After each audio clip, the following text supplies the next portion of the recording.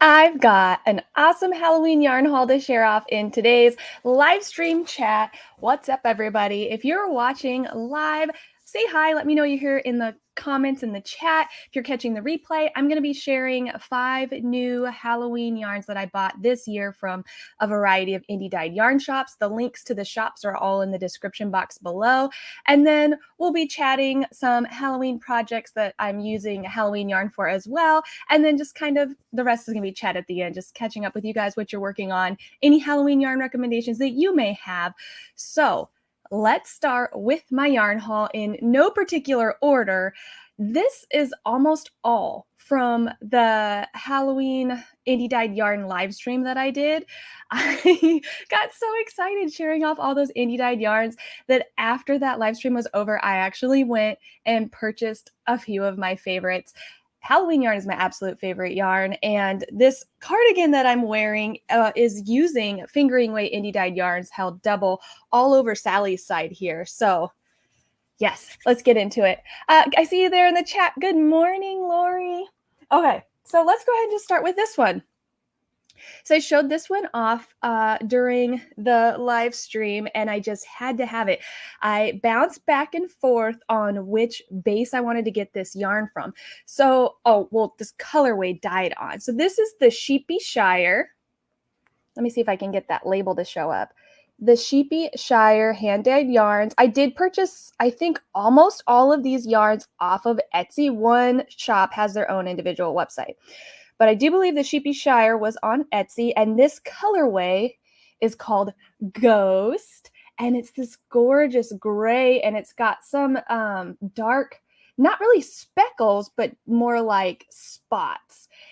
So let's go ahead into the details. I ended up getting this on their base that's called Alpaca Floof. I almost went for the mohair, but I've been working a lot with mohair and mohair soak blends, and I wanted to give this alpaca a try. This is 74% baby Surrey alpaca. So there's 2 types of alpaca fibers, Surrey and Wakaya, and Surrey gives you this super, super fuzzy halo that's very reminiscent to mohair. So I wanted to give that a try. I've never worked with this type of a base before. It also has 26% silk, and that's what you're going to see. Let's see, that thread that's running through that holds everything together, that gets a little shiny, that's our silk there.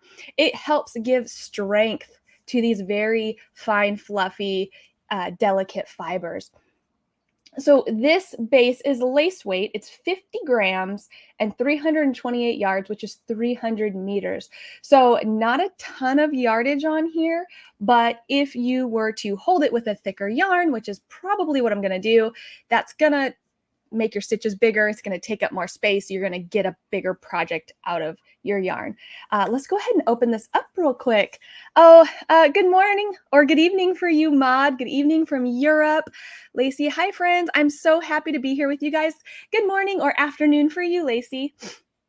And there's even a dye lot, by the way. I haven't seen that happen a lot for indie dyers, but on the label here, she's got a dye lot. How cool is that? And also, Ghost. I've got these nail wraps on from Lillian Fox, and I absolutely love them, and how it's just too perfect. All right, let's open it up. I love opening up indie dyed hanks when I get them to see fully what's going on here, to get an idea of the color and how it's going to work up. So I think that this is going to be an awesome overall non-pooling, kind of spotty. It's not going to be as short color spots as speckles, but it isn't going to be as color blocked as variegated. So I really, really love this colorway, and I'm super excited to have this in my stash. All of these yarns that I got today, I'm not exactly sure what I'm going to be doing with them, but as you guys all know, and my hands are kind of sweaty, so I'm not going to try to hank this back up right now because it's snagging, and I don't want Surrey alpaca everywhere. It'll be in my mouth for the rest of the live stream.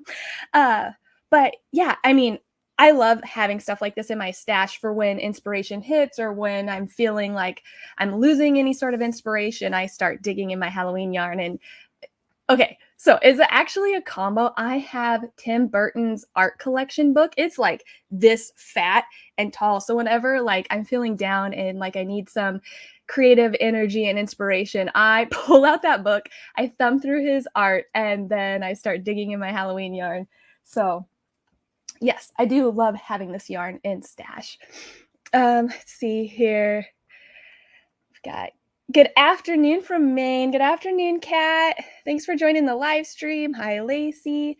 I really, really, really want to make a crochet shawl with the mohair and a big hook. Dude, do it. I don't think you will be disappointed. The only thing is that it might be a little fiddly. I have not yet tried to crochet with a big hook and thin yarn like that. You'll have to really know what you're looking at and doing and be careful. Good morning, Maud. The MCal shawl really has me interested in making more shawls in the future. Oh, I'm so glad. Yeah, I love how much you can get away with making shawls because you can play with the shapes, you can play with the colors, and they're a little more easier to wear because they're an accessory to a more basic outfit. OMG, man, I bought $50 worth of those nail wraps. I could not decide. The Lillian Fox, I don't know if this is permanent or not, but they basically have all of their nail wraps on sale for $2.99. And so it's really easy to get carried away, and they have gorgeous designs. So that's what Lacey's talking about. I should have put a link down below because I got a bunch of their Halloween wraps and I've been swapping them out each week. So on to the next yarn that I got. Super excited about this set. So this is from A Yarn to Die For. Look at how cute that logo is with the sheep knitting. I think it's adorable. So this is their sock set in the colorway My Worst Nightmare. The base is a 75% superwash merino wool and 25% nylon. This is a DK weight 4-ply. There's 100 grams or 245 yards. So we've got a DK weight sock set. How fun is that? So when I first started knitting socks, I would use fingering weight. You get a really thin, nice sock. It wasn't until I started hand spinning my own sock yarn that I started making thicker socks because I wasn't quite making it thin enough yet. And that's when I fell in love with thicker socks, at least for knitting. So DK weight socks work up really quickly. They're not the most comfortable in shoes, although you can still wear DK weight in shoes if you don't have an extra cushioned shoe and you have a little bit of room there. But they're great for house socks. And that's when I use my socks the most, is around the house. I always have cold feet, so I wear my hand knit socks around the house. The other thing is, for this set in particular, I'm feeling inspired to actually crochet a set of fingerless mitts. I think that using sock sets for a fingerless mitt pattern is definitely a missed opportunity. Indie dyers often sell sock sets that are marketed for socks, of course, but you could so easily, there's not a huge difference between fingerless mitts and socks. I mean, there's just that tiny difference at your hand and your heel, really, and well, on the toe part, but they're very similar. They use similar yardage, they use similar gauge. So that's what I'm thinking about doing with these. I also wanted to mention, though, that this order came with like a little goodie sack, and I haven't even opened it yet. It came with their business card. This says thank you, and a nice little thank you note about supporting the shop. It came with cinnamon apple chamomile tea, which, oh my gosh, that sounds so delicious. And I so appreciate the caffeine free. I am a caffeine freak, but I still have to be careful while I'm breastfeeding. So I love that I can drink caffeine free tea any time of day. It also came with this fun little like sampler. I wouldn't call it a mini because it doesn't look like a very many yards are on here.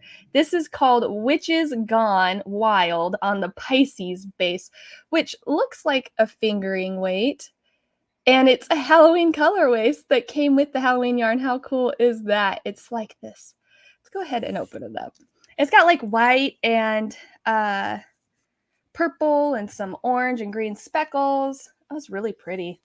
It's hard to see when the yarns are it's such a small quantity, but if we can try to like ball it up a little bit, maybe.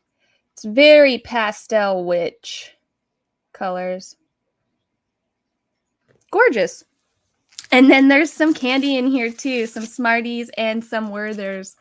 So that was a fun little treat with my Halloween yarn. Let's see. Good morning, Granny D. Oh my gosh, love. Yeah, this is such a beautiful yarn. I'm going to try to like keep it up here while I chat because it's beautiful to look at and I want to open it up too, right? We've got to open it up.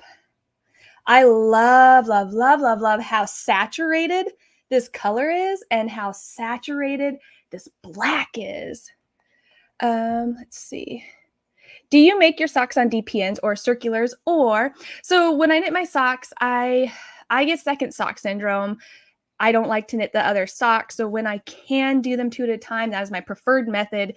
2 at a time, magic loop on, I want to say I use like 40-inch circulars. It's been a while since I bought a pair. I have like 3 sock needles, or actually more, because my gauge changed over the years.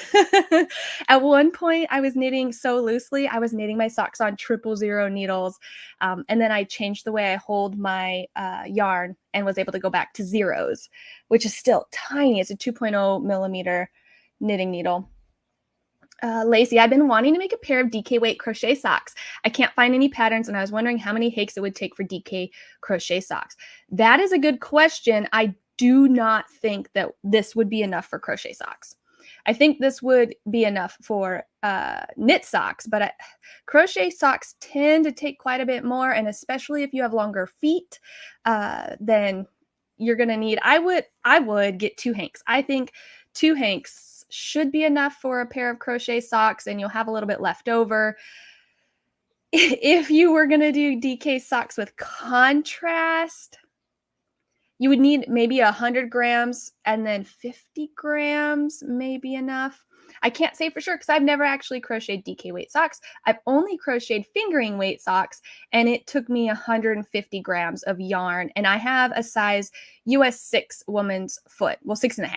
So I have shorter feet. So it may take an average size woman's foot, like maybe 200 grams or more.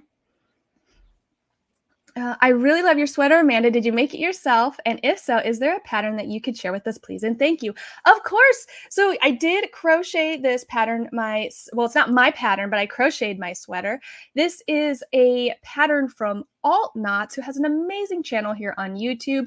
Kayla is an amazing horror, gothy, alternative crochet designer, and this is the Nightmare Before Christmas inspired cardi right now. It's up on her blog with like a work in progress photo, or at least I think it's still up on her blog. I haven't checked in a while because eventually she turns them into PDFs, but I don't think this one's there yet.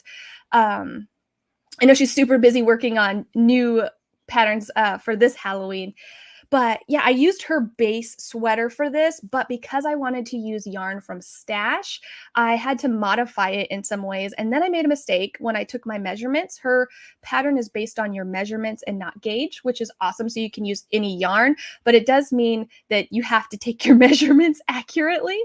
And I didn't add any ease to my shoulder width. And so I didn't it wasn't going to fit. So I added underarm panels to fix that too, but I changed up the stripe. So her original pattern is this striping on Jack's side, and then on Sally's side, to make it basic and beginner friendly, because that's kind of where she's at, is helping beginner crocheters make these killer patterns. I think it's so cool. I love the verbs that she uses, or adjectives, I should say. It's all squares on Sally's side, so that you don't have to worry about any shaping or misfitting. But because I'm a crochet designer, I know all the math behind making things the shape and size that I want them to be. So I had a lot of fun just playing on Sally's side. I went in all sorts of directions and all sorts of shapes. Granny, I've been wanting to learn to make socks forever, but just haven't found the right tutorial. Yeah, so I knit a lot of socks before I learned to crochet socks. And so I had a fundamental of construction, and I was a beyond intermediate crocheter by the time I crocheted crochet socks. So I was able to follow, it was an intermediate crochet sock pattern with cables. I had no problem at all. So I unfortunately don't have a tutorial that I watched that I can recommend for you. But if any of you that are watching have a class or a video that you've watched that you found super helpful, let Granny D know. I do know Lacey let me know that there is a class on Craftsy. I believe that Marley Bird teaches that is about crochet sock basics, but I don't know the details on that. Hey Lacey, hey Granny D, the witch is gone is so pretty, right? Okay, so that was, oh yeah, did I show off the amazing, these are really fun speckles. I think, like, she did such a good job and they really stuck on there and they're so saturated. I am super excited to see how this works up. I've lost my ends here. If you ever tangle a hank, like if you ever open it up to inspect it and it gets like this, find one of the ties, hold it by the tie, and then you can snap it back into place. And we're good to go. And then you can twist it back up. And that just comes from being comfortable playing with my own hand spun yarn because I have accidentally tangled quite a few hanks throughout the years. Okay, next yarn. Marley Bird. It is Marley Bird's class. Or is that the one you recommend are some tutorials from Marley Bird on how to make socks? I do know that one of my favorite designers, Karen Hooley, has a book on socks called Socks That Rock, and all of the patterns in there are inspired by rock songs. That's pretty cool. But I don't have the book and I haven't made any of her patterns. I just know that she is a phenomenal crochet designer, and I have one of her books called A Garden of Shawls, and it's phenomenal. She charts all of her patterns. I doubt that that's the case with socks because you don't really need to chart them, but her patterns are beyond amazing. The sock class. That is a class that they're doing like a special event thing. Oh, Marley Bird and another lady, and it's on her website, not Craftsy. Oh, but I plan to check Craftsy soon. Okay, well then yes, definitely. Do you know when it starts, Lacey? Is it too late? Is it over? You should think you're who's boss.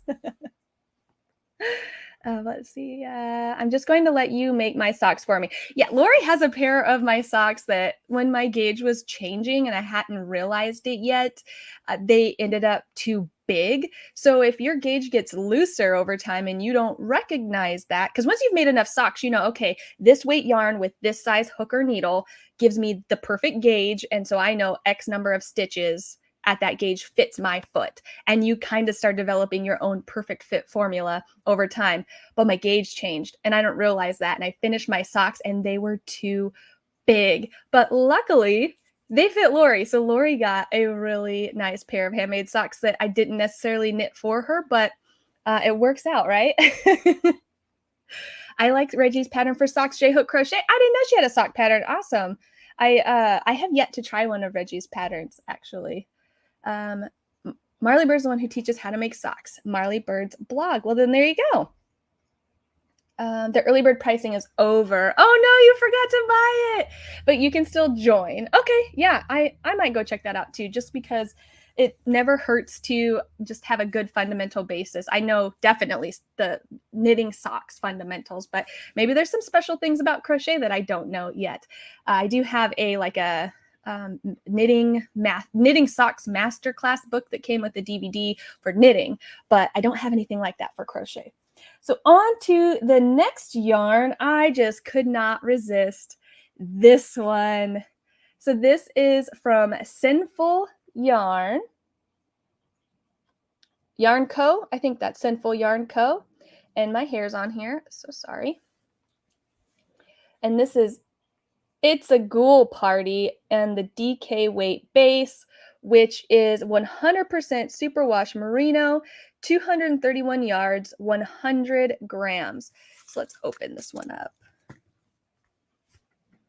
I will say this one did surprise me a little bit when it came versus how it looked on the website. I thought the base was going to be more gray, but it's more of a soft, maybe periwinkle is the right color because it's like a blue, but it's also kind of purple. So, I mean, I feel like my camera's showing it a little bit bluer than it actually is.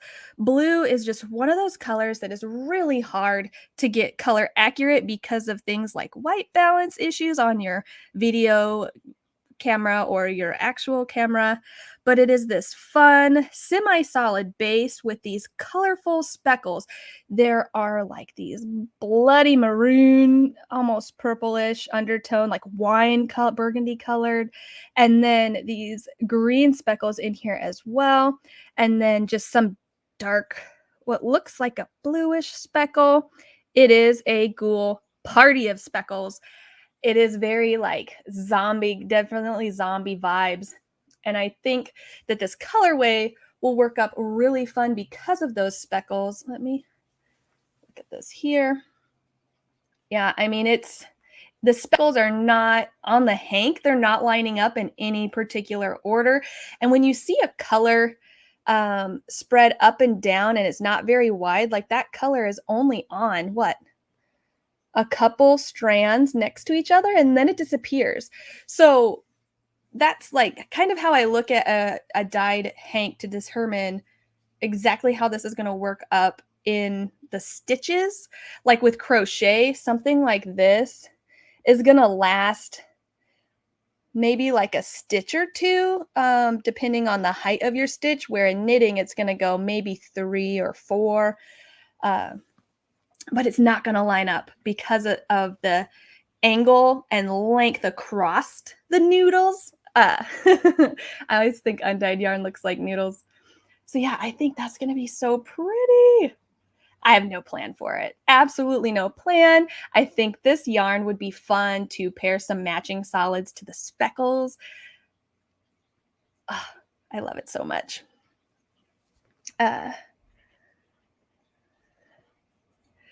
Mod says, I already have second sleeve syndrome, so I'm sure I'd have second sock syndrome. Yeah, well, you can't really crochet 2 socks at a time, but you can do what's called working them like, I don't know if the correct term. I've heard people say in tandem, where you start them both and you do like a couple rows on one and then the couple rows on the other and then go back and then go back. That way they're kind of neck and neck in being finished. That way you kind of finish them at the same time and you don't have to start completely over. I used to do that before I learned how to do 2 at a time for socks. And I will typically do that if I can't knit my socks 2 at a time. And a reason I wouldn't be able to knit my socks 2 at a time would be like color work socks. It's a lot of yarn management to be working color work socks 2 at a time because you're running 2 colors for 2 socks on the same needles. So you're like constantly moving the balls around. It's super duper annoying. So I do my colorwork socks 1 at a time, but try to do them in tandem, if that's the right word, or parallel. I've heard it parallel or tandem. But yeah, that would be my recommendation for that. It's much easier to do with crochet than it is to do with knitting because you need a second set of needles, where with crochet, you could literally stop. Kat, you love the Ghoul Party, right? It's fun, and I haven't seen any colorways by any other dyers like this one. I feel like it's a very fun and unique Halloween colorway. Oh, hi, Mocha. So thanks for stopping in. I hope you enjoy your girls' trip. Hope you have a great time. It really looks bluish. Yeah, it is bluish, but I do think my camera's making it look a little bluer, a little darker than it is in person. You think it needs to be a hat? I think that would be a nice hat. I think, I've really been loving, Lacey, your hat where I did the black brim with the colorful body. I think this would be something you could easily do that with. You could pick any of those speckle colors or black for the brim and use this for the body. And if you did something like that, you'd still have half a hank left over. So you could get, unless you like slouchy hats. If you like beanies like me, you could definitely get 2 hats out of this with that technique. Have fun, Mocha. It looks it looks like a speckled jelly bean. It sure does. It looks like the every flavored like a Bernie Bott's uh like a blue version of Tutti Frutti, a zombie version of Tutti Frutti. We're having a blast, lots of eating, drinking, and crafting. Oh my gosh, I need a girls' trip. Yes, it's called Tandem. Okay, yes. There we go, in tandem. That color makes your eyes pop. You must make that. I guess it does kind of match my eyes. I didn't even notice. Maybe I need a sweater. Maybe I need to go back and order more. But yeah, I love this colorway. I'm thoroughly pleased with all of the yarns that I dyed. Like I said, this was the only one that was a little surprising. I thought this was going to be lighter and grayer, and it was darker and bluer. And that could just be because it's indie dyed yarn, the difference over the bases or dye lots as well. It just is part of buying indie dyed yarns, hand dyed yarns. Trying to make sure I didn't. Where did I put her tag? Oh well, I'll find it later.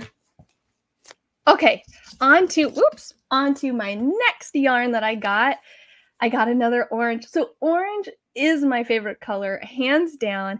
And I went through this phase of like buying so much orange that I like had to stop myself from buying orange because I had so much in stash already.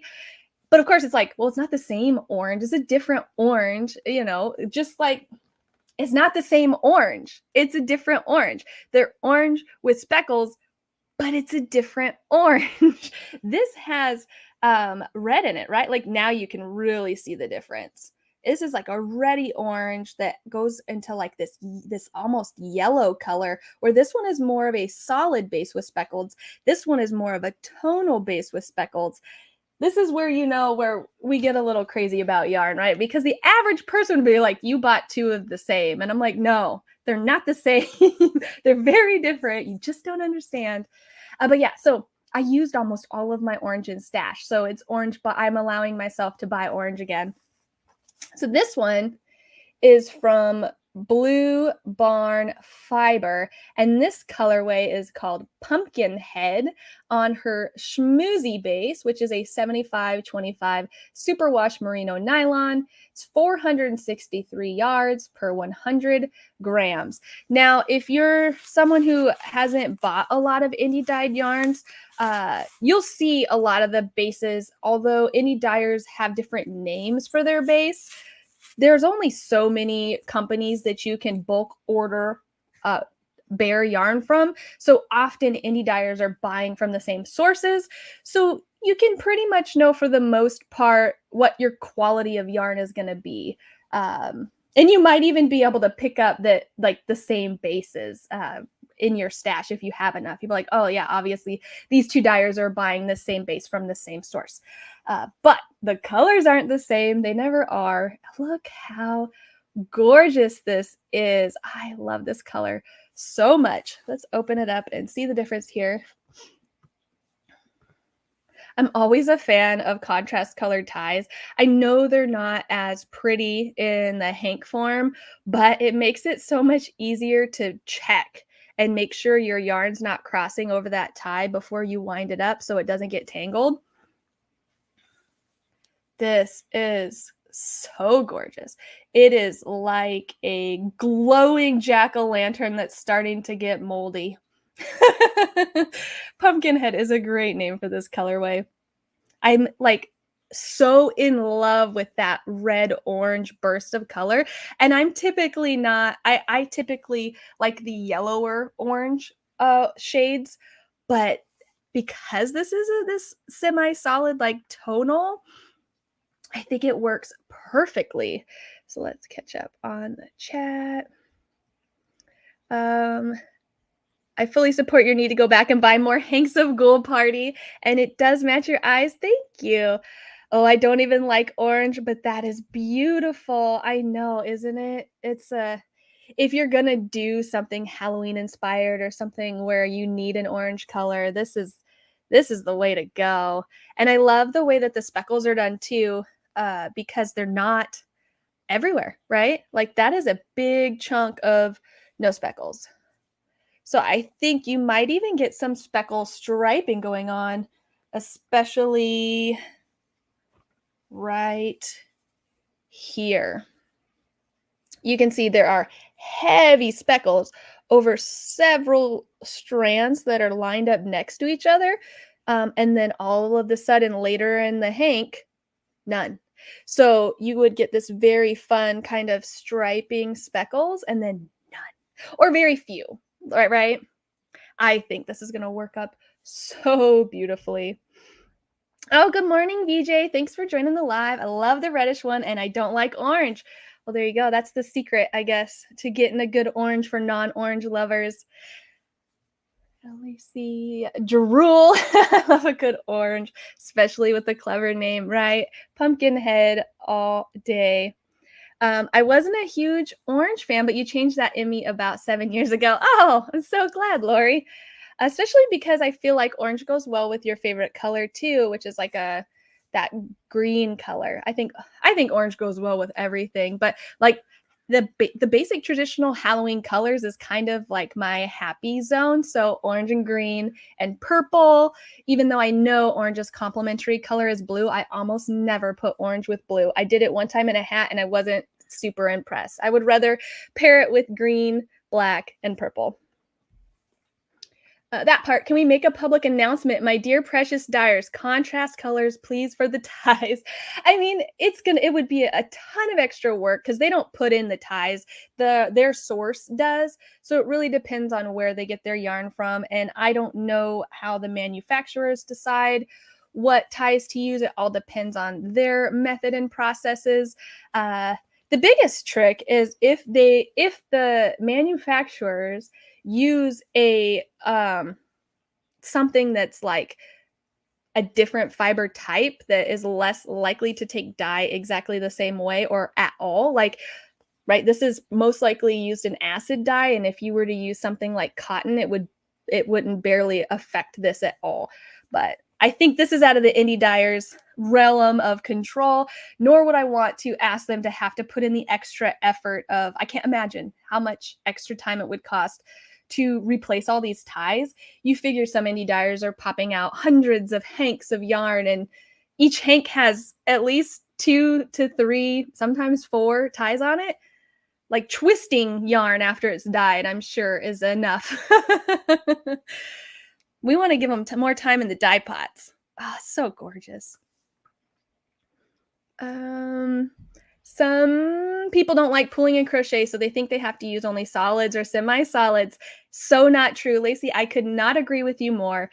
It depends on what you're buying, and you really have to open it up and look at it because not all indie dyed yarns pool. It depends on how it was dyed. The color block ones, where if you open up a hank and it's a block of color, a block of color, a block of color, that will pull, definitely.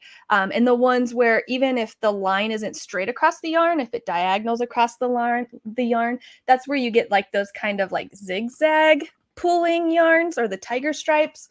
But yeah, this is going to barely pull at all. And I do believe that I will get striping speckles because of the fact that that area is so speckled just on half of the hank. Oh, okay, that makes sense. I won't complain then. I want them to have more time in the dye pots. Me too. Okay, I've got one more yarn in hank form to show, and then I've got some Halloween yarn projects that I've got going on, and I started a new one that I can share with you guys as well. So this is the last one I have to show. So Mace of Skeins, I have already showed off some of the yarn that I ordered from her because I already started projects with it. But this is one that came with my order that I have not started a project with. So Mace of Skeins, I think she's the only one that had her own website out of everybody that I ordered from. And this is spadedk.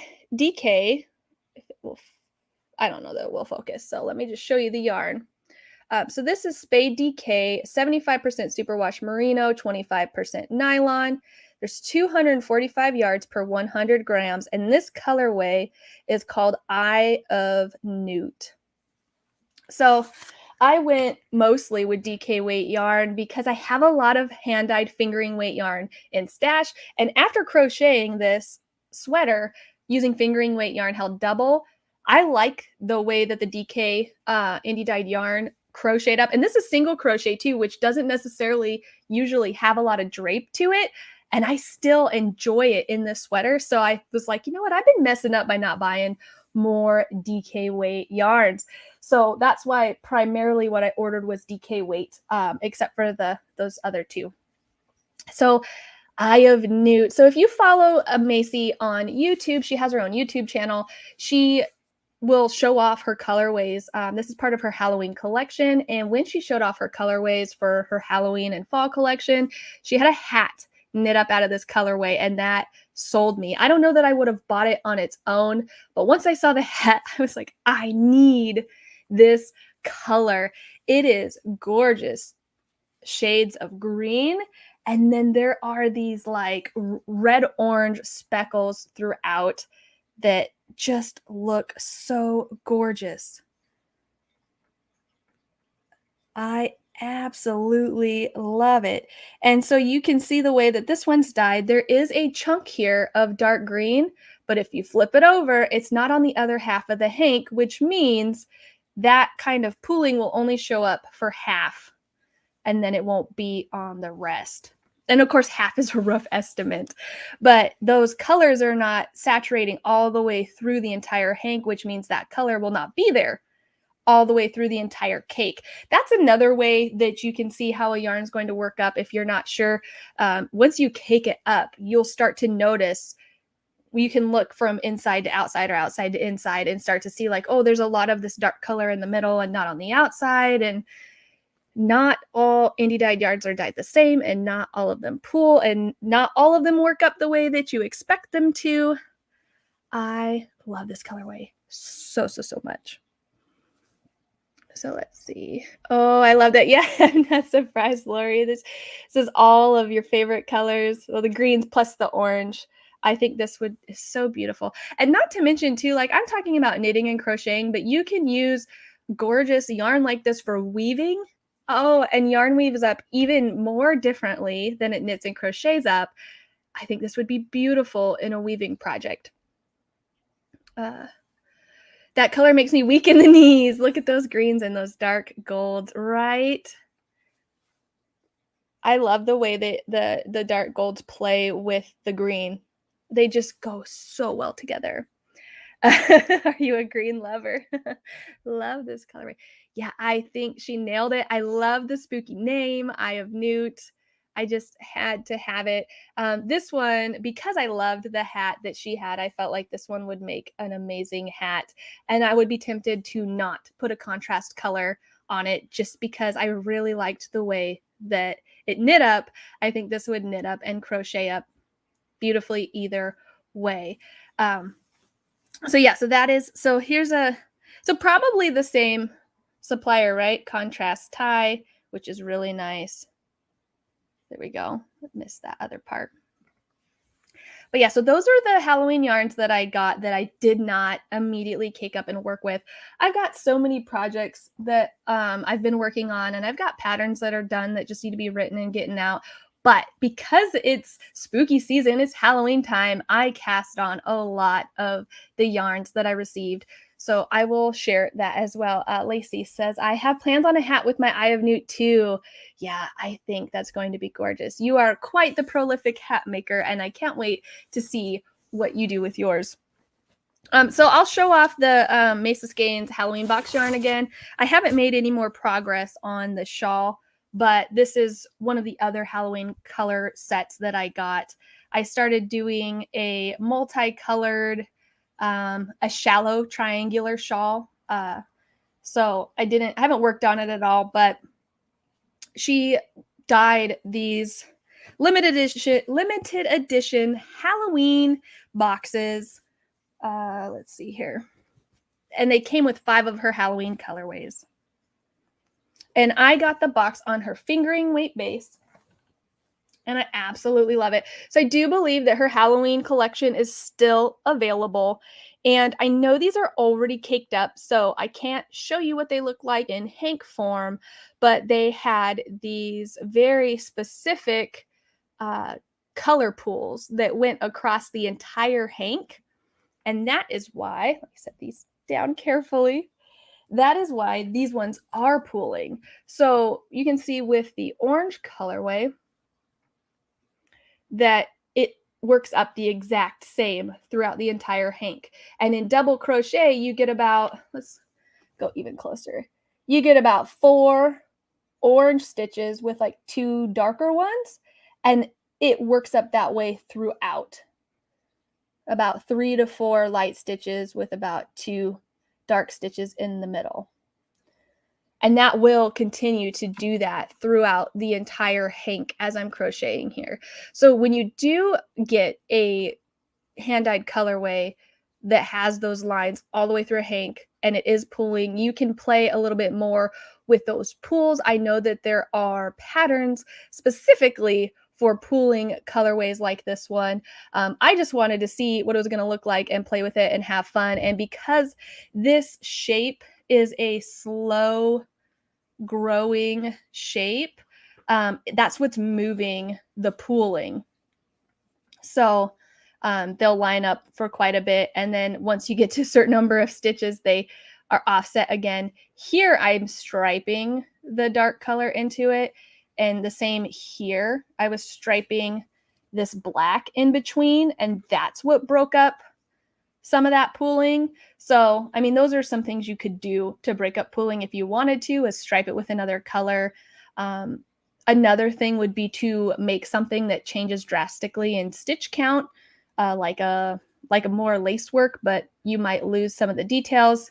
I mean, it is really fun to play with pooling patterns anyways. I really like the way this is turning out. I just haven't touched it at all since the last time I shared it in last week's live stream. But I did want to show it off because it is some of the Halloween yarn that I bought, and I just could not wait to cake it up and cast it on and start playing with it.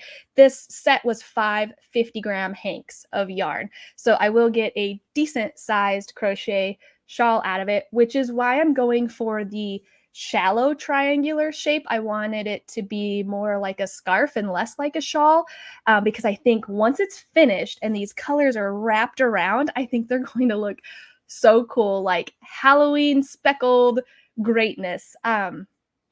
I'm going to go in color order and then reverse the colors back for the other half. So yeah, that is what I've done so far with her Halloween colorways, and it just screams Halloween. I know, again, my camera is showing blue. This is not blue. This is purple. I don't know how I could get it to show any more purpley. It's not. I mean, it's kind of crazy how bad that's showing blue. It is like ultraviolet purple. It's not blue. It looks a little more blue in the cake, but not really. Let's see. I am a Mad Hatter. I'm on a mission to bringing trendy hats and hand-dyed yarn to crochet. I think the mission's going well so far. I think so too, Lacey. I love my your crochet hat pattern that I made out of Monster Mash on her DK weight base. I really love those orange eyes. I do think they look like eyes. I think there's like spooky eyes in the woods vibes for sure. They're so like, there's like 3 giant eyeballs. I'm excited to see. The other colorway should work up like that as well. If you've never tried assign pulling it, I recommend it. Letting your yarn tell you what to do is really fun. I feel like that would be really addictive, I started an addicting pattern, and that I'll show you that after I show you the progress on my socks. So that's Mace of Skeins limited edition Halloween box. All of those colorways are available for sale outside of the box as well. Every single one except for Monster Mash. It's a very intensive dye process for that colorway. So she did a short like weekend of pre-orders, and then that was it for that. So you can't get the variegated Monster Mash, but you can get those planned pooling colorways individually on their own. in full hanks on her website, which is linked down below. So the other Halloween yarn that I ordered from her, her Halloween and fall collection, I fell over, guys. I just did. I had to have so much of her Halloween colorways because she nailed it. Her Halloween aesthetic is the exact same as mine, very traditional. And I don't find a ton of indie dyers doing that. So I think that's why I was so drawn to her collection this year. Last year I bought Monster Mash from her, but yeah, this year was even worse. So this is Vintage Witch from Mace of Skeins, and Shadow Cat is her black. And I immediately caked these up to knit my Witch's Brew socks, which is a knit pattern I've been working on since last year. I get these moods to work on things and then to not work on things. So sometimes colorways will surprise you. So this one, and this is on her heart worsted. These are going to be worsted weight socks because I'm knitting them based off of socks that I knit last year using my hand spun, which was like a heavy worsted weight. Luckily, excuse me, my gauge is working up very well, and these socks are fitting basically like my hand spun socks. So this one surprised me. When you look at it in the cake, it looks pretty variegated the same throughout, right? So I thought, oh, we'll get this pastel witch colorway throughout the entire sock, which I needed, by the way. This kind of color is so hard to find. I don't like pastels, but there's a secret to pastels. They contrast so hard. And so I'm not a fan of pastels. I'm not a fan of like the pastel goth aesthetic, but if you want witchy colors that are going to contrast with black for a colorwork design, I mean, it was perfection. So here's the progress on my sock, which I'm knitting one at a time because it does have colorwork on the leg. Let me show you this way where my needles are not in the way. You can see I'm magic looping. I did not expect this. It has kind of this dark stripe running through it, and I think that looks so cool. I love the way that these are working up. If I can try to open it this way. So the pattern, I use the contrast color for the toe, and then I've got these little witch hats at the bottom that they didn't show up as clearly when let me get closer. They didn't show up as clearly as I expected them to because sometimes that green got kind of dark on that stripe. Just that row right there got kind of dark, so you can't see the color. There should be a color separation to make it look more like hats, but it's okay. Let me show you my original sock. See the difference? This is upside down though. It doesn't show up as clearly because of the colors and just that in that one stripe. Had it been like this part of the sock, it would have showed up. It just happened to stripe on a dark row right there. But so when that happened, I was a little nervous that maybe this wasn't the right colorway for this sock design, but the rest of this sock, is so light, it shouldn't be a problem. So I have just switched to my larger needles for the cauldron. And so far, I've just got like the bottom legs. Really, that's it. This way. It's so hard. My camera's backwards. I'm not used to that. But yeah, it's just the bottom legs of the cauldron here that I've got started, and I think it's going to show up just fine. And these are like Swampy Witch socks for sure. I'm super excited about these. This is that's the side with the jog, which I have to figure out how to get rid of that jog. I know there's a way. I just need to sit down and watch the video. This is what the cauldron's going to look like on the leg of the socks. So I think it's going to turn out pretty good overall, and I'm pretty excited about it. But that is the Vintage Witch colorway from Mace of Skeins and Shadow Cat. Let's see. Her Halloween camping trip concept really was amazing. Love the potion ingredients and cauldron colors. So cool, right? She is an amazing indie dyer. All right, and then I started a new project with some Halloween yarn that I ordered. So I showed off the, whoops, this hangs on the floor here. I'm gonna move that out of the way. I showed off this mystery box that I got from Gamer Crafting. So she had a trick or treat level up box that was ethereal themed, and this is what came. And I love it so much that I actually bought her box. I think it ships the end of November, so it'll come in December. I think that's what I read. And I think it's still up for pre-order. It's basically kind of the same box, same price, same concept, different theme. I want to say it's frozen woods, thinking like cold winter wood theme, which is my favorite. My aesthetic for winter is the blues and silvers. Very icy, wintry is my favorite Christmas type of decorations. I'm not a very red and green type person. So I started a new project with the yarn that came. So once I caked it up, this colorway reminded me, and it's gonna sound so silly, it reminds me of my favorite Red Heart colorway. Do you guys know what I'm talking about? There is a colorway of Red Heart Super Saver called Shaded Dusk, and it looks just like this. And this is so bad. I bought a whole blanket's worth of it, and I started a blanket, a snowflake blanket, in 2013 or 14. And it's not done because it is Red Heart Super Saver. It's very squeaky, especially the Shaded Dusk color was really bad because you needed a white contrast, and you didn't have to buy Super Saver for that. You could use something softer. I believe in mine that I think I used back then. I didn't know about Hobby Lobby, and I was using their I Love This yarn, but the Red Heart Super Saver was the only way to get this color. And so whenever I work with it, I just like cringe and I have to put it away.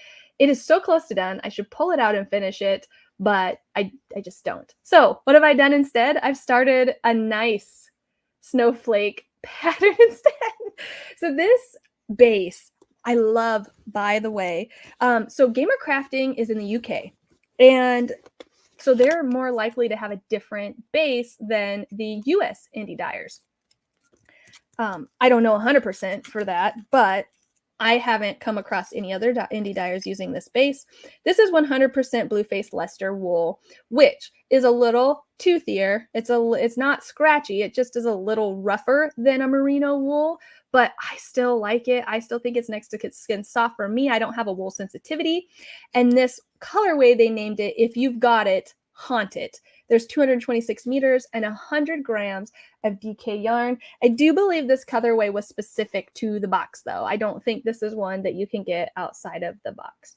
But if you love this one, they have another themed box coming up with such amazing custom artwork. Like, I'm going to frame the card because I love it so much, but it's on the bag and the pin. There was so much that came in the box. Definitely worth it, even if you do have to pay a pretty penny for shipping to the US. I do not regret my purchase at all.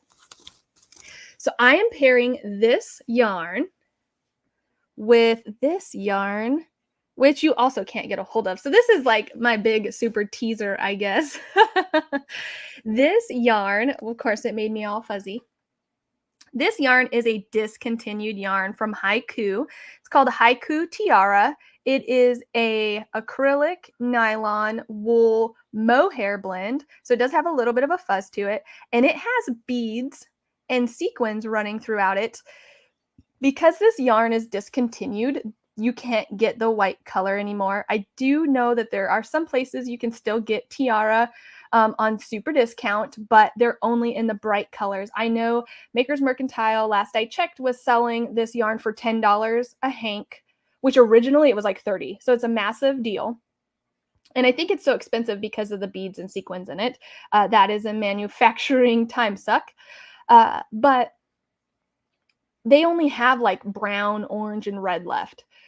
But I loved this white colorway when I found it because it's all white and the sequins and beads are white and blue.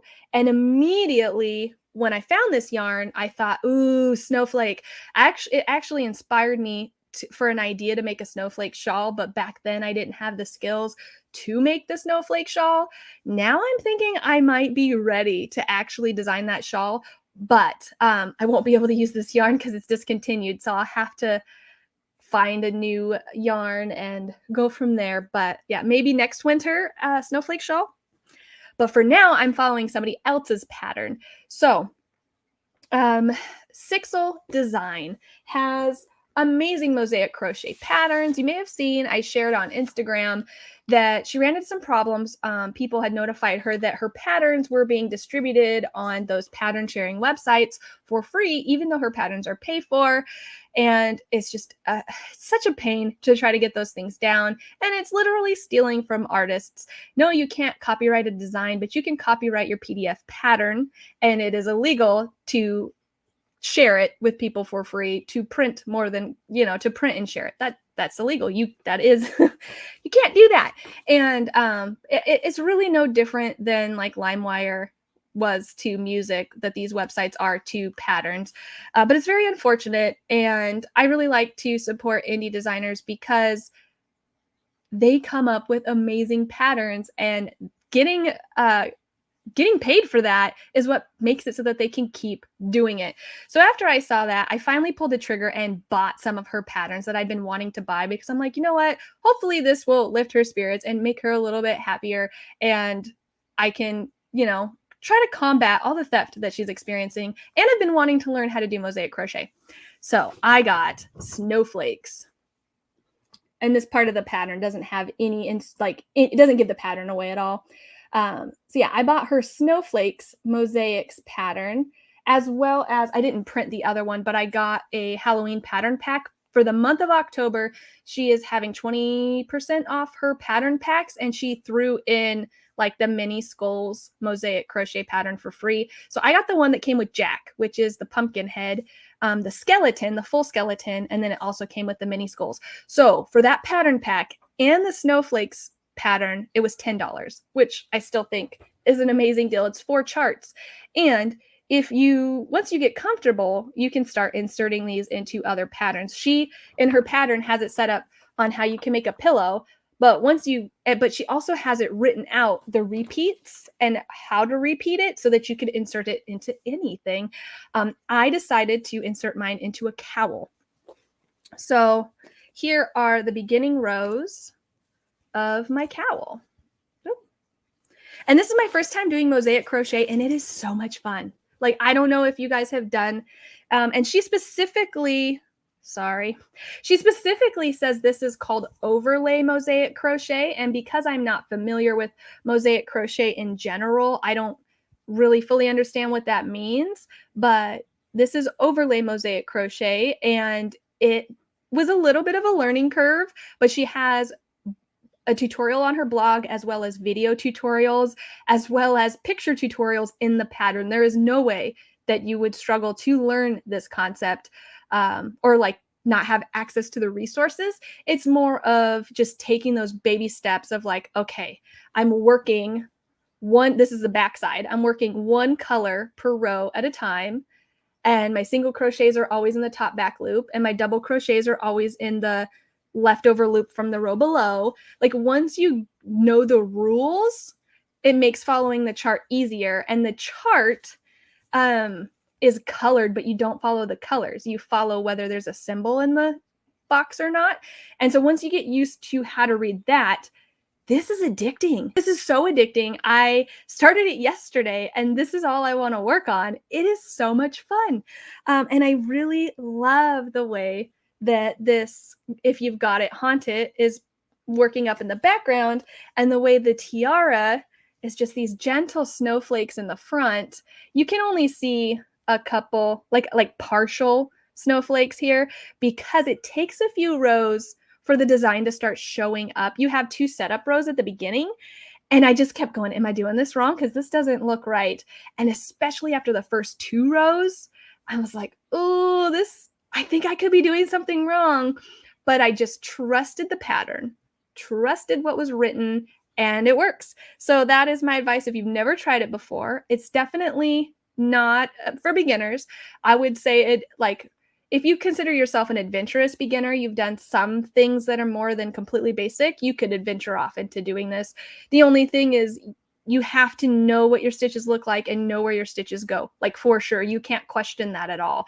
Especially with the shaping for the snowflakes, some of the stitches you need to work into are kind of hidden a little bit. But she does have an area in the pattern that says hidden stitches. On row 7, you're going to be working into a stitch that's kind of hard to see, and there's a picture of it. So like, she holds your hand through the process. It's a great pattern. But that's why I wouldn't necessarily recommend it for beginners, but it's amazing. And I cannot wait to finish this. And because I'm using 2 colors and I've got 2 hanks, that's the great thing about the Gamer crafting boxes is it's 2 hanks of yarn. I should have enough for not only a hat or a cowl, also a hat. And I have plans to put it on a mitt as well. So I'm thinking for the hat, contrast brim, possibly 1 row of snowflakes and decreases, so you don't have to worry about doing the mosaic in decreases. I'm not trying to do all that. And then for the mitts, just placing a snowflake on the front of the mitts. I don't know if I'm gonna do fingerless or closed or not, but like I should be able to get a full set out if I don't run out of tiara first, which I might. But we'll see. We'll see how far I can get. Let's see. Lacey said, not only is it illegal, it's also a total.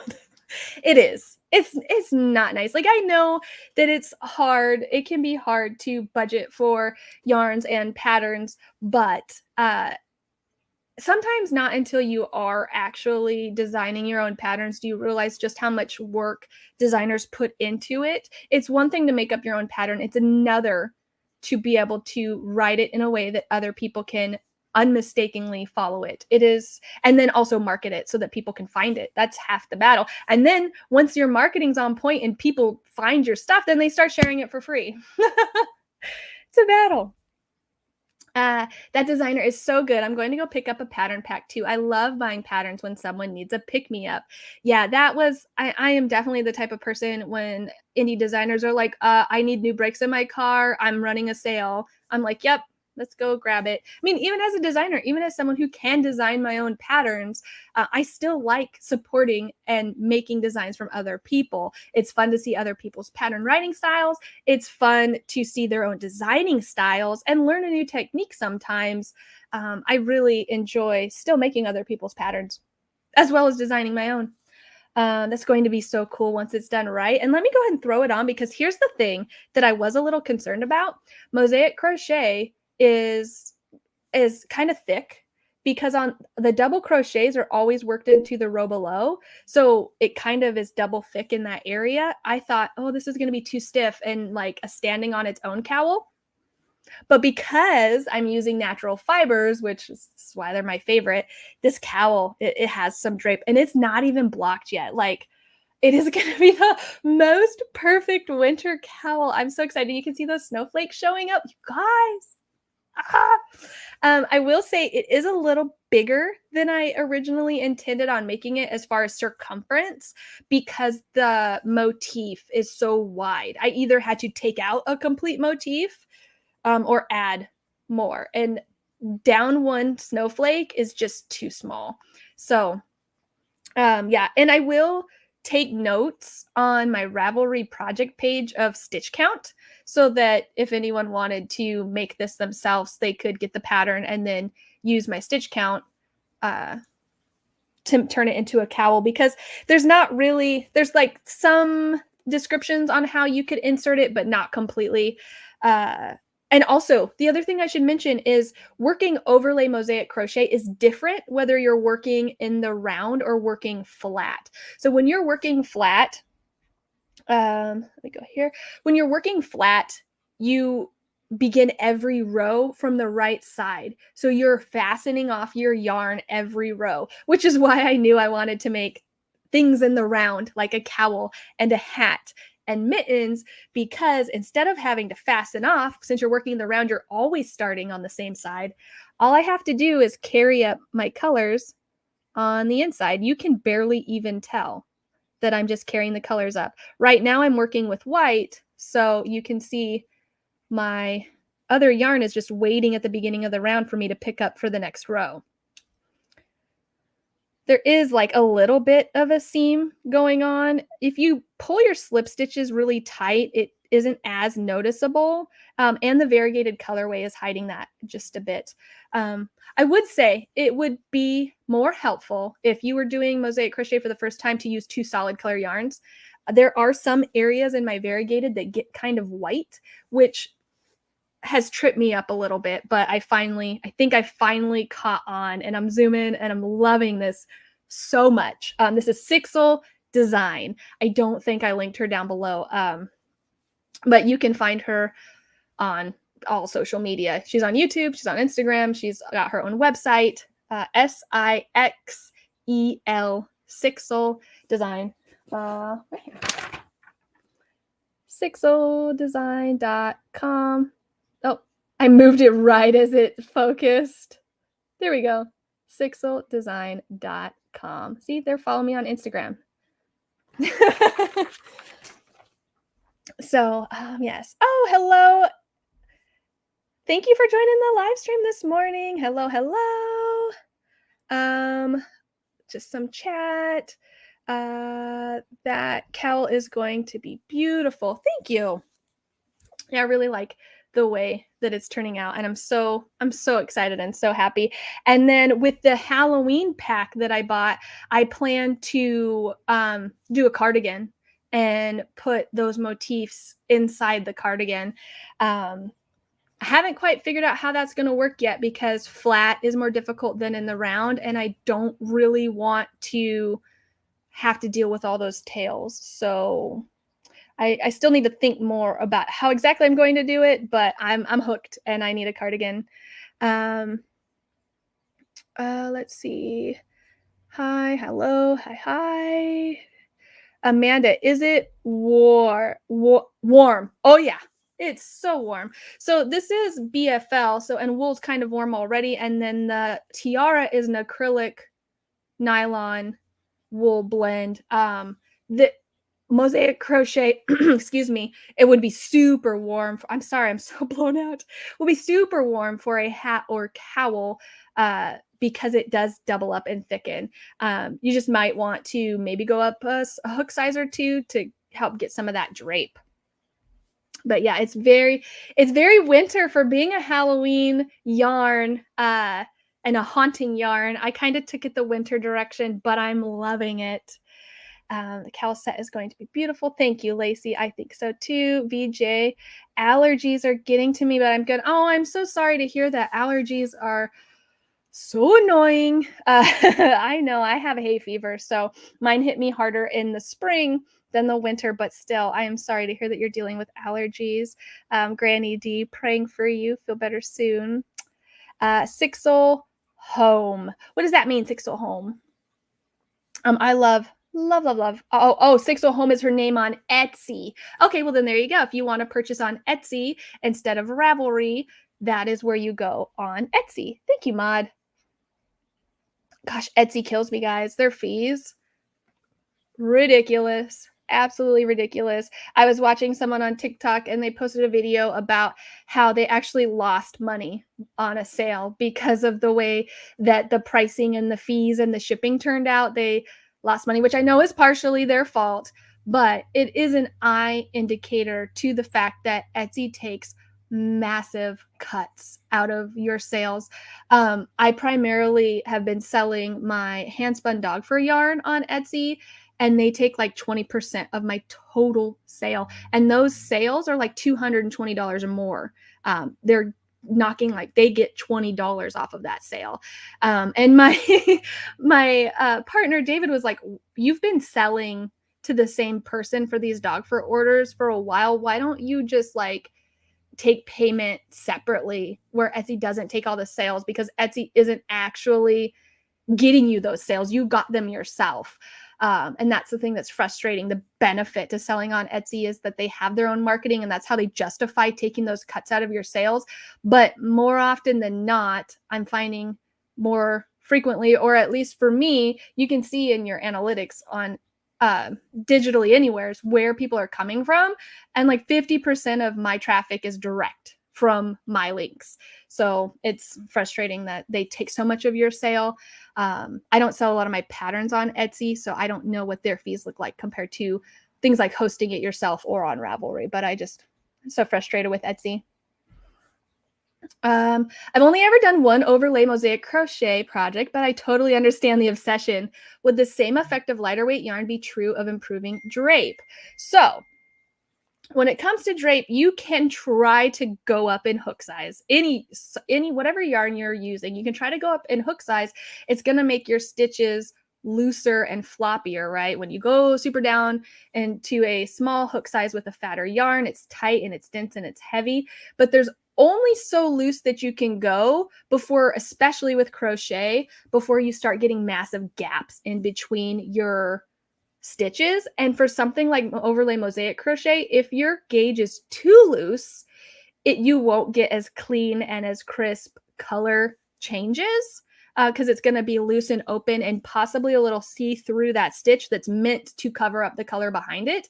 So there is a fine line of like it. You can manipulate it a little bit, but depending on the type of yarn you're using, especially cotton, cotton does not like to be worked loosely. It's not a fluffy fiber like a wool or an acrylic. It is heavier and tighter. So once you start going up in hook size, you just start seeing through it. It doesn't really fill that space on its own like you could get with this type of fiber. So it's a trick that only works part of the time. And there is a definite line of like, okay, looser isn't helping. Some yarns just don't want to drape. But the cool thing about cotton is it drapes even at a tight gauge because of its heaviness. But too tight then becomes rope feeling, and you don't want it to feel like rope even if it is draping. Amanda, could you go up 2 hook sizes and drop 1 snowflake to make the cowl warm but comfortable? I'm not having all the ends. That's brilliant, right? Like I don't want all the ends either. Could you?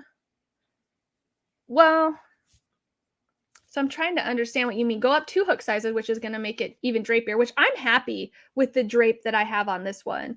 Like I think if I was using I don't have enough rows for you to see, but it so far it's folding over pretty nicely on itself. It doesn't feel stiff at all.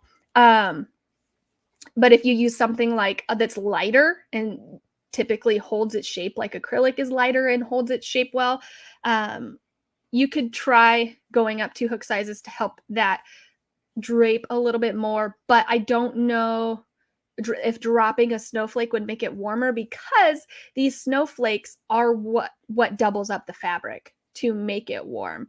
I think that taking a snowflake off, you would end up having stripes because it would end up looking like this, because you do have to work in this pattern in order for the rest of the overlay mosaic crochet to work.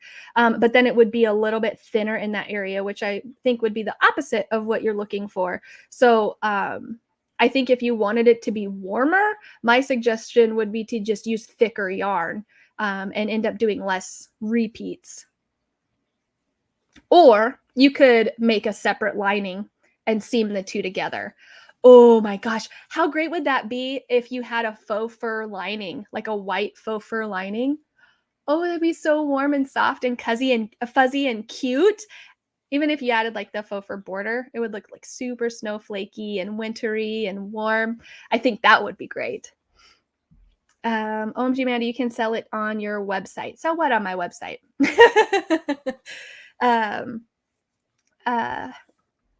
Let's see. Monopolies are just too greedy. Etsy, YouTube, Twitch, they make so much from creative people. They really do. I think from what I could see, like back when Etsy started, it's like 2009 or something like that, or maybe even earlier than that, maybe 2007. When companies start out like that, they were super helpful. It was the first marketplace for artists, right? That was actually generating sales for people who couldn't like it was working for the artist. But I think when these smaller companies start to get large, then they start to get greedy. Like, oh yeah, we're free. Okay, now how can we monetize? And that is where we start to run into problems. And then they think that they're too big to have to compete with anybody else. And then my favorite is when somebody comes up with something new and they start taking over the business of a big greedy company. That is like, it's like my underdog favorite story. Let's see. There are alternative online sales platforms. My sister and I are looking into Folksy. See, that's exactly what I'm talking about, where once a company gets big and greedy, other companies step in and find the opportunity to still make a decent income as a company, but not be taking too much from the artists, which is great because you end up with this. I mean, I think that's how Patreon really took off, was after Etsy started upping their fees. I mean, it was like year after year after year. They're like, we're putting fees on this. Oh, now we're going to put fees on shipping. And now we're going to put fees on this. It's just absolutely ridiculous. Like, the thing that frustrates me the most is that when you sell digital patterns, you still have to pay that 20-cent listing fee for every pattern you sell. It's ridiculous. Let's see. My cardigan is like that. I used a J-hook with shawl and a ball 4. Okay, yeah, there you go. That sounds great. That's a good, nice, drapey gauge. At least it would be at my tension. Wonder what will happen when I wash it. That is going to be the tell. That's why it's recommended. Like, I typically use the word block and wash interchangeably because I don't really often, I don't stretch and pin out my pieces when I block them. I'm literally just washing them, whether it's in the machine, which I usually don't. I usually hand wash, but when I use blocking in my pattern instructions, I mean wash. Make a swatch, wash it. What happens? That's how you know what's going to happen to your overall piece, so you don't risk making an entire piece that you wash and grows, because that's what will happen sometimes when you work at a looser gauge, depending on the fibers that you're working with. Sometimes getting it wet and just having that little bit of weight pull on the stitches, your piece may get larger. But it really does depend on what yarn you used, what your fiber content was. So it may get bigger, but it may not. So it really depends on what you use. I think it's less likely to get much larger if you use something like acrylic, but if you use something like a natural fiber, it may get pretty big and open and wide. You'll have to wait and see. What does GMTA mean? Also, hi, friend. Yeah, that's what I was wondering. I don't know what that means either. Fur edge, yes, right. There are some good fun fur yarns out there that would, like, what's that? The one that I've seen more recently, the Sherpa one. I haven't worked with it, but I've seen some videos on social media and it looks incredibly soft. And I feel like that would do really well. Oh, I was talking about your doggy yarn. Oh, yeah. I hate that you're getting such a big hit. They don't deserve that much. No, they do not. They're not doing, they didn't market it. They just had a place online for people to search for it. Yeah. And it's a repeat customer. She's ordered the same dog yarn from me for I'm still working on her order. It's over 1.5 years now. Yeah, it's just absolutely ridiculous. Great minds think alike. Oh, GMTA, great minds think alike. My problem is in my head, I'm thinking of a rug around the neck. Oh, no. No, no, it's not like that. If you made it at a tighter gauge, it might be, but no, this, the BFL is nice and soft, at least this base is, and I'm at a loose enough gauge that it is not rug-like at all. It just looks fuzzy because of the mohair, which is also why it's soft. I like it. But yeah, it's one of those things where you could definitely do a small swatch just to test it out, to learn the technique, see if you like your color combo, and then see if you like the gauge and if it did feel like a carpet or not. But yeah, that was everything I wanted to talk about, guys. And I went over time again today. I was hoping to get to chat with you all for a bit, but I've got to cut it short. Well, not short, it's long. Oh, real quick before I go though, I did want to mention one thing. I am super close to 1,000 subscribers, and I don't normally celebrate things like that because I just enjoy being here and chatting with people. But I feel like 1,000 subscribers is a pretty big milestone, and I should do something fun for a giveaway. So I'm going to be posting a video about this on my channel later. I'm going to be doing a giveaway for this shawl is a free pattern. that I designed. This is the asymmetric mohair shawl. I've got a video tutorial as well as a free PDF download. It's both written and charted. It's a very beginner friendly pattern with just a little, like these very simple lace row stripes in there. The pattern's only 2 pages long because it is such a simple thing. And the reason it's 2 pages is because the chart takes up 1 page. I make my charts super big so you don't have to worry about having a hard time reading the stitches, or at least as big as I can make them. But for the giveaway, I have enough yarn to make this exact one. I've got a ball of Happy Sheep Magic Wool and 2 balls of Mayflower Kid Silk. And so I'm going to be doing a giveaway for that yarn and a printed version of the PDF pattern. But that'll be coming out on my channel later this week because I'm literally like 6 subscribers away last time I checked. So yeah, I'll be doing a 1,000 subscriber giveaway for this shawl, which I absolutely love mine in these exact colorways. I made a second one, which I'd like, but this one is my favorite. Let's see. Oh yeah, BFL is a rustic. Yeah, but super squishy. Yeah, it is. For people who are wool adverse, they may not like it, but I still think it's soft enough to be next to Skin Soft for me. But it is, yeah, very squishy. Very nice long staples and the crimpy, and oh, I love it. Thank you. Great info as always. Well, you're welcome, VJ. Congrats. I'm working on my second one right now. Love it. Yeah, I like your second one better than your first one too, but I still like your first one. She used a very slow changing gradient that you can't really see the colors change as much with the mohair in it. But the second one, she's got a very colorful one. Definitely think you should contact that longtime repeat customer and offer a discount to pay directly. You may make more and they save. Win-win. Yeah, that is a possibility. Even if I gave her a small discount, I would still get the other. Like if the discount was smaller than the fees, right? Like, it's so frustrating. That is such a fun shawl to make. If you haven't made it and you're looking for a project, I super recommend it. Thank you, Lacey. It is a nice, mindless project that's fun after a difficult pattern like Lift Your Spirits or maybe a mosaic crochet pattern. Thank you, Maud. Thank you so much. You are 4 away. Oh, I'm 4 away. I've already subscribed, but I encourage anyone who isn't to smash that red button, right? 4 more. Awesome. Well, that is everything. Oh, and actually, let me give a health update too real quick because obviously I'm feeling better. So I don't know what happened. I started feeling better about 3 days ago. All of the symptoms just started kind of to fade, and every day over the last 3 or 4 days, I want to say now, I've been feeling a little more myself. And today I am like mostly feeling back to normal, which is so amazing. It was rough for those, it was about 2 weeks that I was just literally laying around, almost doing nothing. It was horrible. So I mentioned that my blood work came back clean, but after that live stream, I want to say 2 days later, more blood work came up in my health chart, and there were some things that were flagged. So I still need to meet with my primary care doctor to go over those flags. But I had vitamin D deficiency, like super low, and high calcium, which are kind of related. So immediately when I saw that in my chart, I started eating foods that are very high in vitamin D. There's not very many.